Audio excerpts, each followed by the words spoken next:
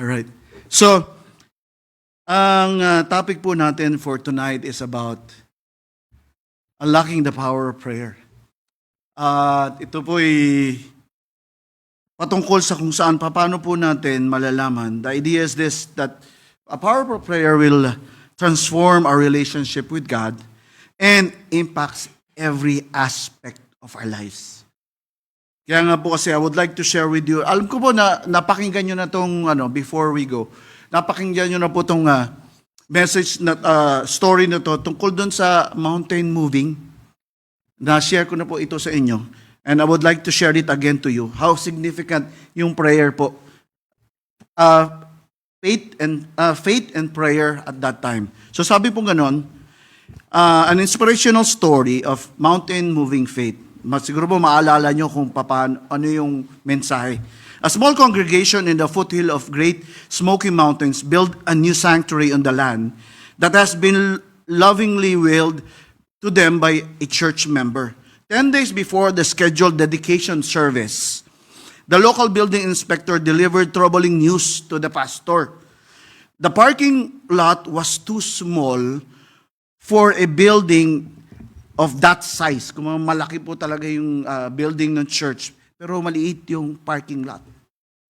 And then, until the church doubled its parking capacity, they would not be permitted to use the new sanctuary. So the problem was, obviously, and overwhelming because the church had to use every inch of available land except the mountain rising, sabi po, directly behind the building. And to create more parking, they would literally have to move the mountain. So, naalala niyo na po ba yung story? Hindi nga. Tagal ko na siguro. So, undaunted, the pastor stood before the congregation the following Sunday morning and made an unusual announcement. That evening, he said he would meet with all the members who had mountain-moving faith. Together, they would pray, asking God to remove the mountain from behind the church and somehow provide the funds needed to have the new parking area paved and painted before the dedication service the following week. Isang linggo na lang po matitira. So, that evening, at the appointed time, 24 of the church 300 members gathered to pray. For nearly 3 hours, they cried out to God, asking Him to do what seems humanly impossible. At 10 o'clock, the pastor concluded the meeting with the final Amen. Well, open next Sunday as scheduled, he told them confidently, God has never let us down before, and I believe He will be faithful this time as well. The next morning, as the pastor sat working in his study, there came a loud knock. Loud knock at the door. When he called out, "Come in." A rough-looking construction foreman stepped inside, removing his hard hat as he entered. "Excuse me, Reverend," the man said.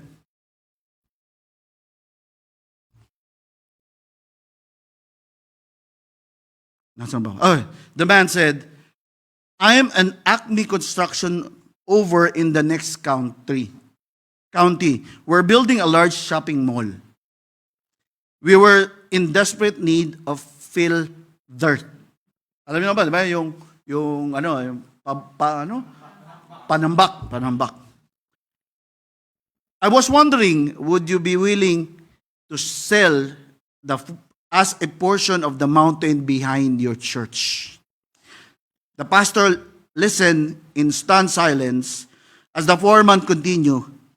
And he says, "We'll pay you for all of the dirt we remove," he said, "and if you let us have it right away, we'll pave and stripe the entire exposed area at no cost to you.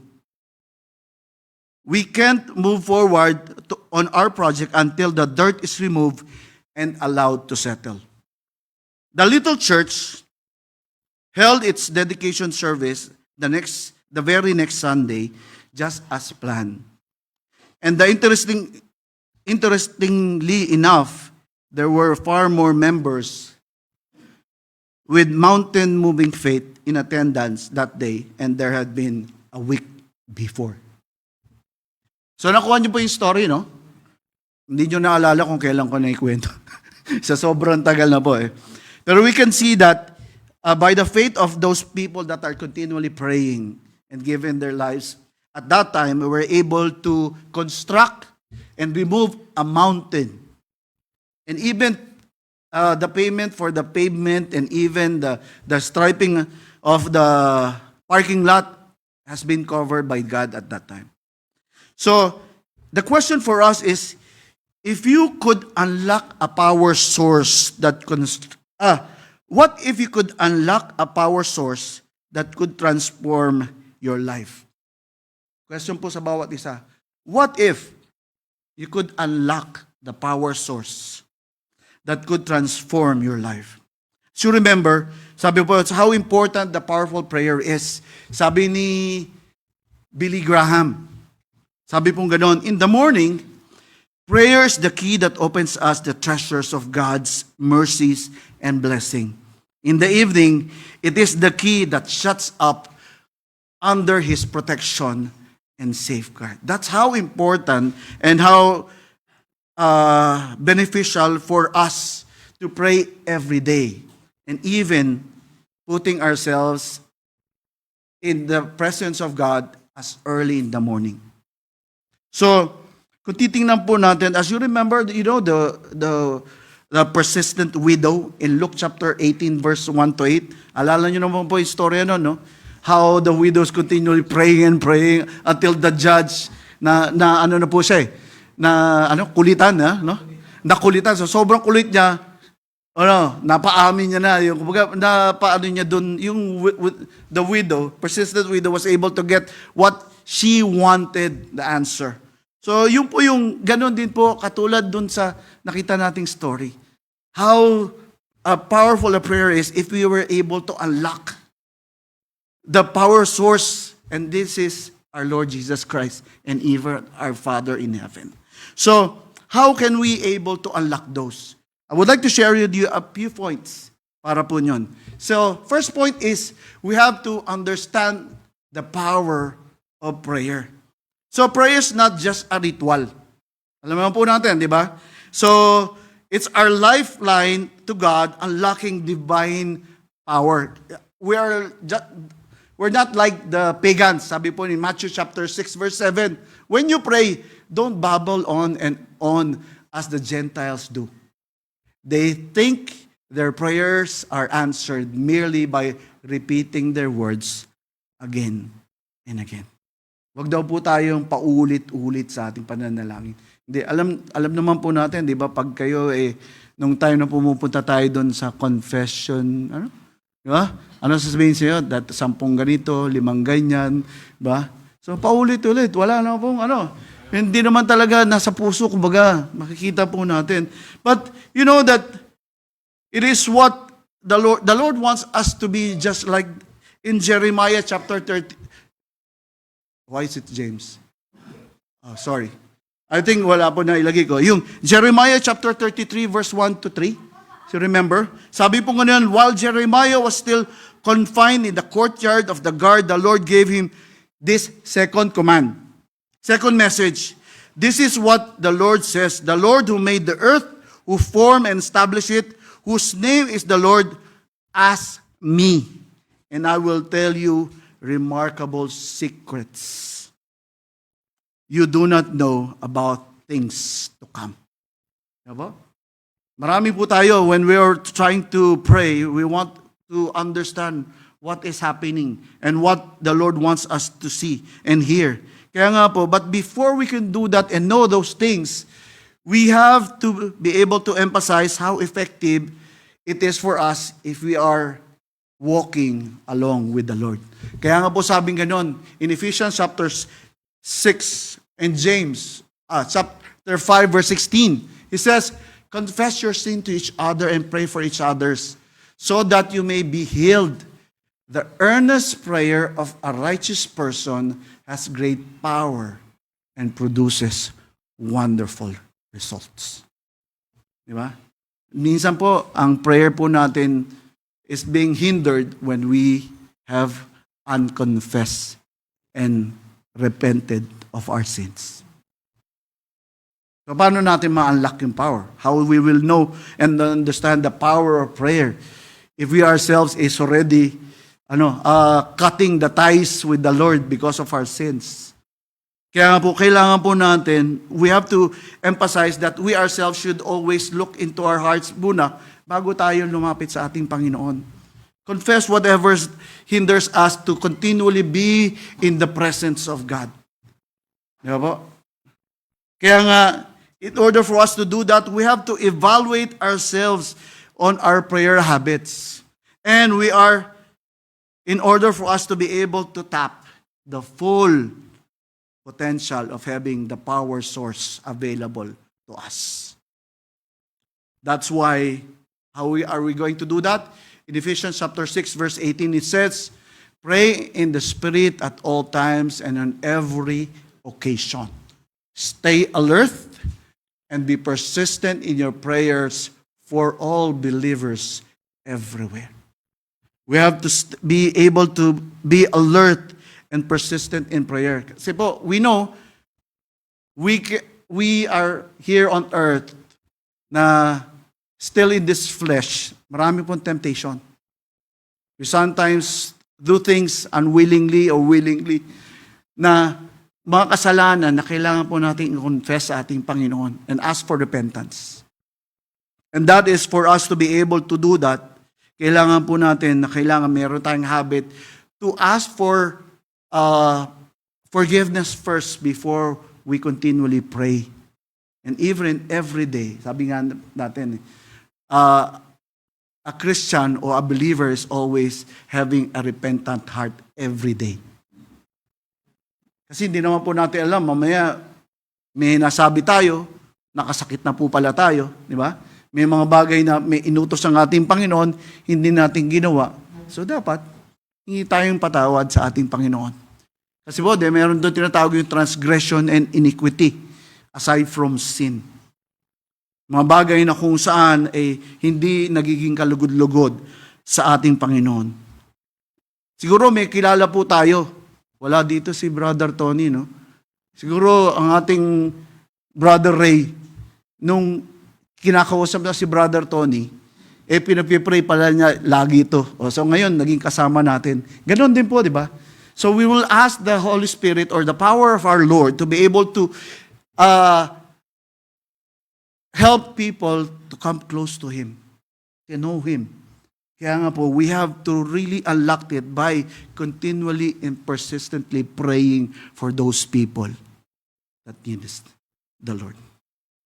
Number 2, developing a persistent prayer life. Hindi lang po yung continuously praying for what we want, but to be able to pray every day.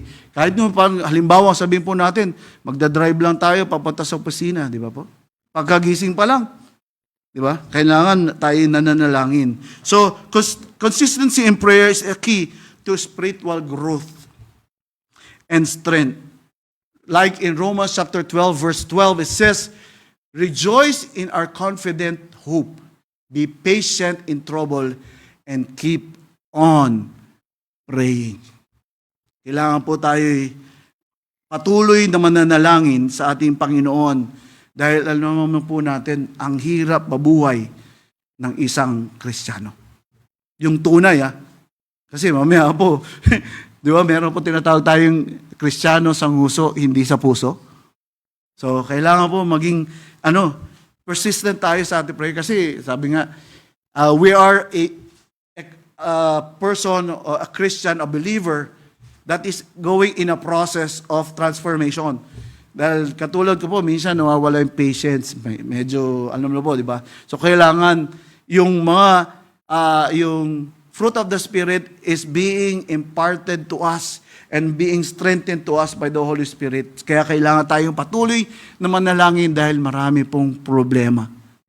Pero mas malaki ang ating Panginoon kaysa dun sa problema. Amen?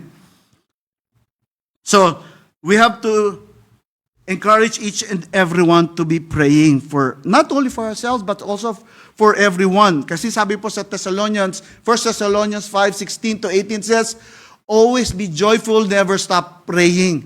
Be thankful in all circumstances, for this is God's will for you who belong to Christ Jesus. We should always be thankful whatever's happening in our lives. Kasi may plano po ang ating Panginoon. We might not understand what is happening.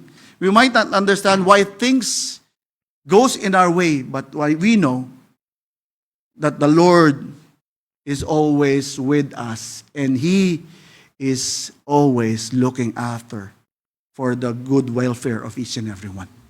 Amen?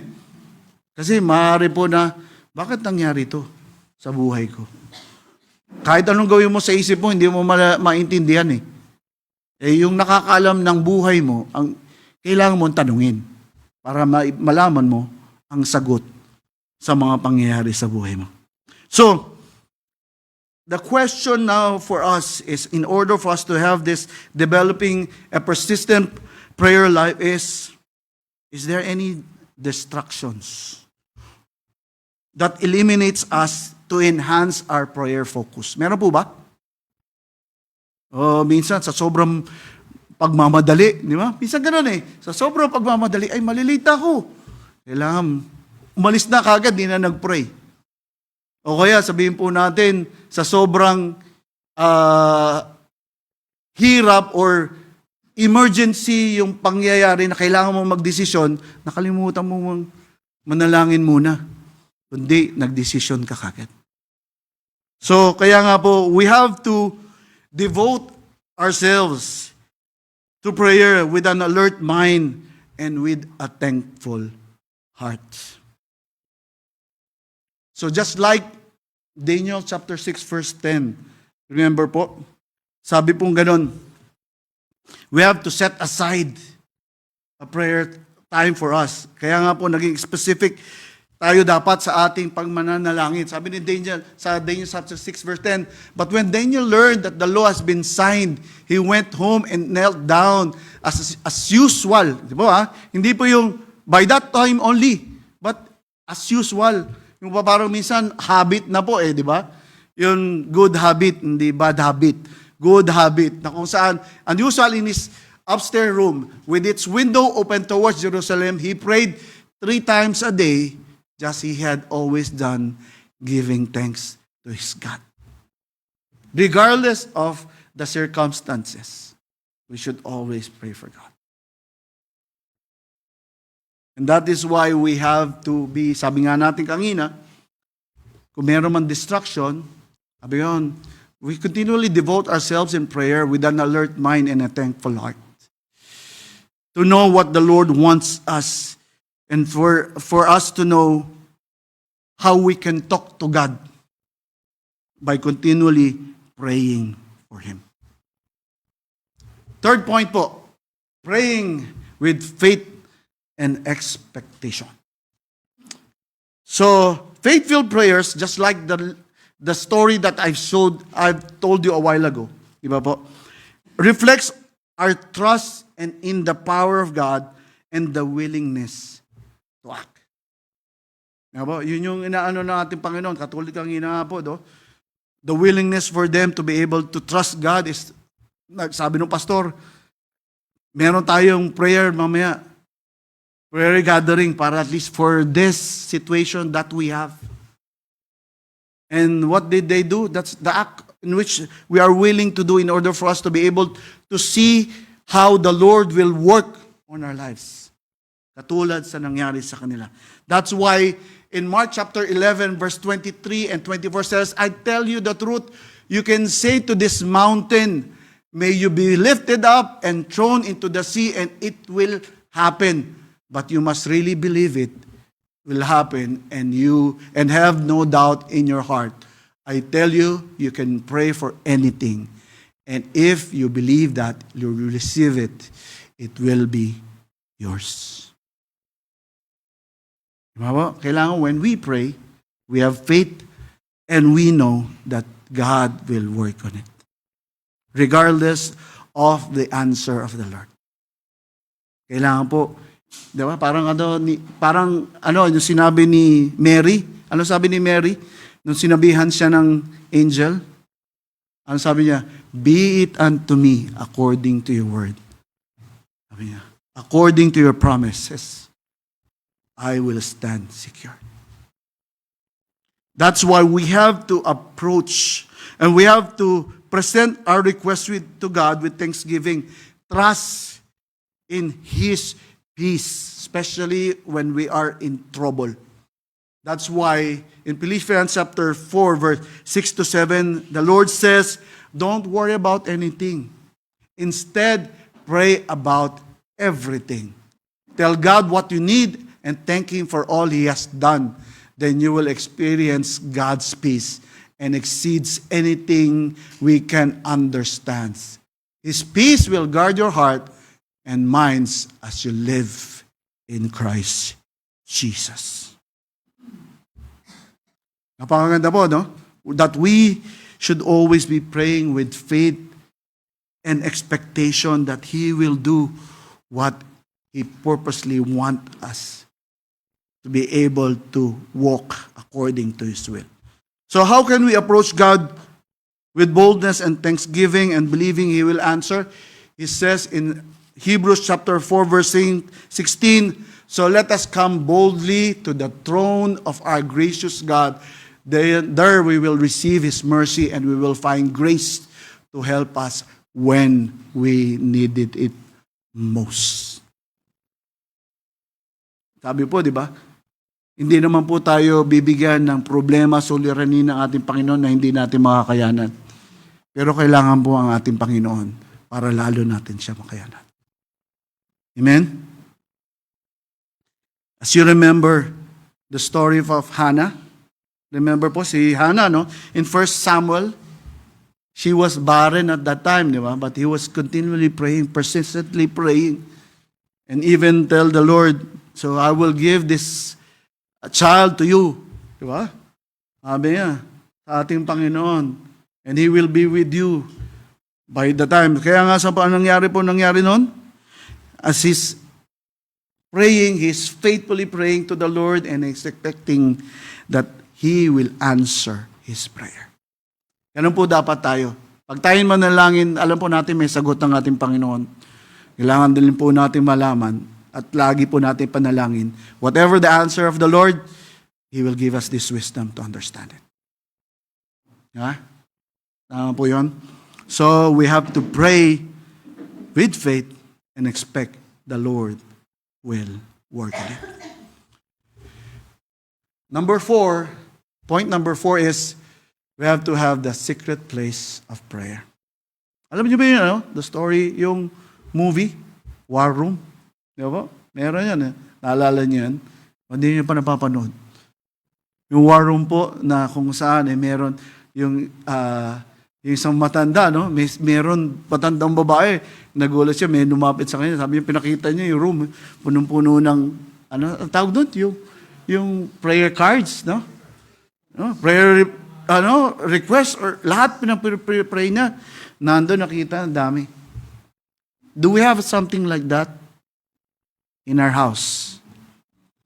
Is there something that we have this intimacy with God when as we grow to have this prayer secret place to pray?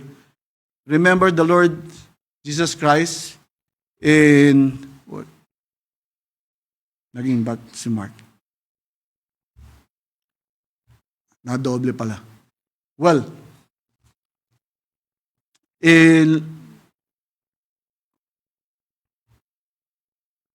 okay. Nawala po yata yun ako. In Luke chapter 4 verse 12 says, early in the morning, Jesus went out to an isolated place. The crowd searched everywhere for Him. And when they finally found Him, they begged Him not to leave them. The Lord gave us an example.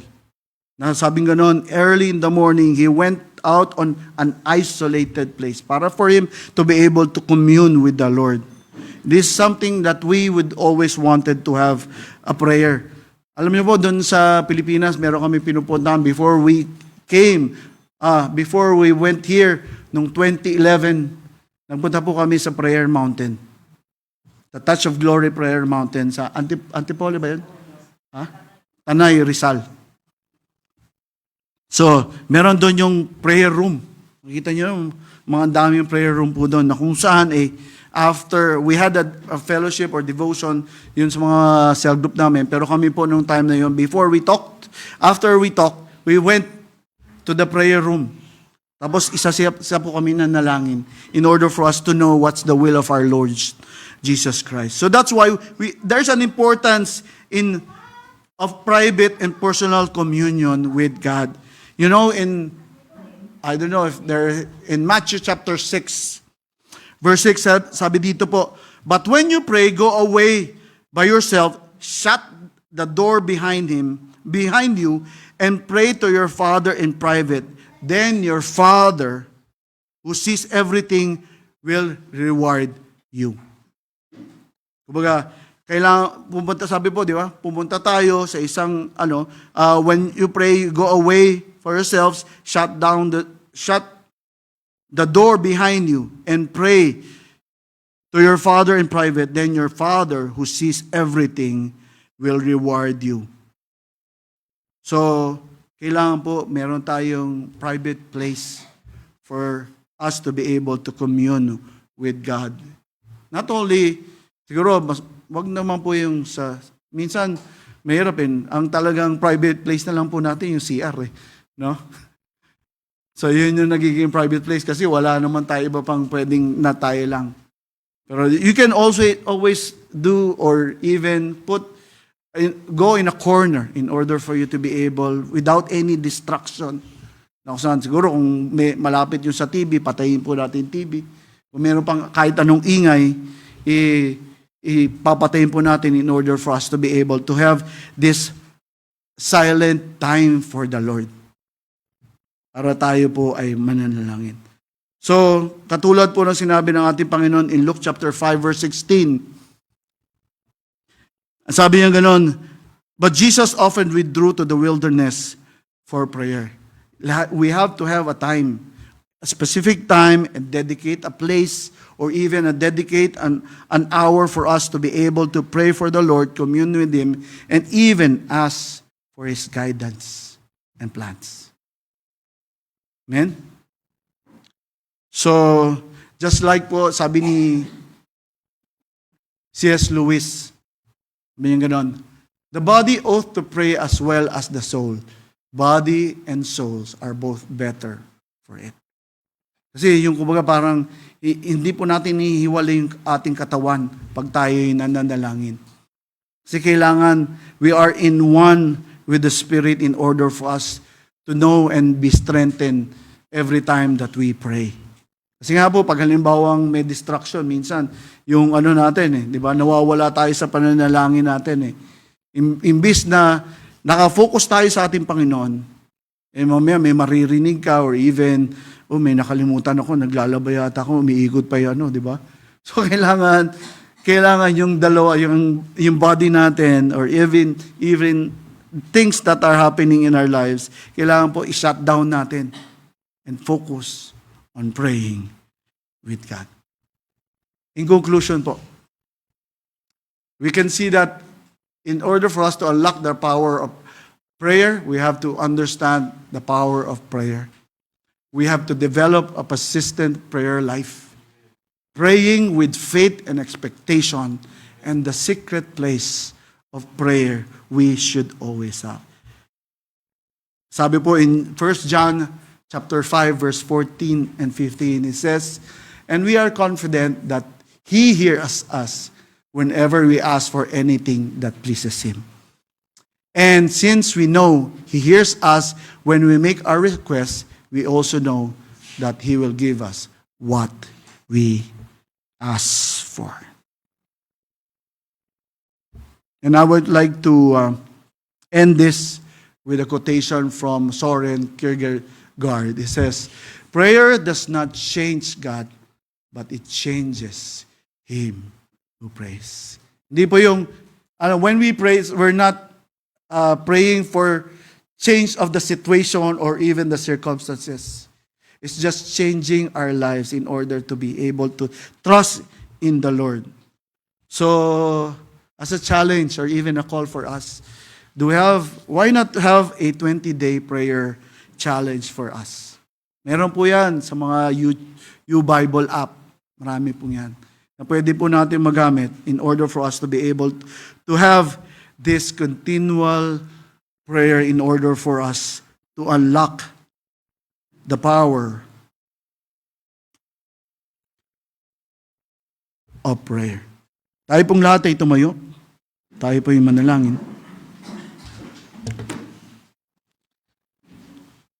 Aming Diyos, ang makapangyarihan sa lahat, pinupuri, tinataas ka namin sa aming kalagitnaan sa gabing ito. We thank you, Father, for continually giving us a reminder that everything that is happening in our lives is for your will and for your purpose.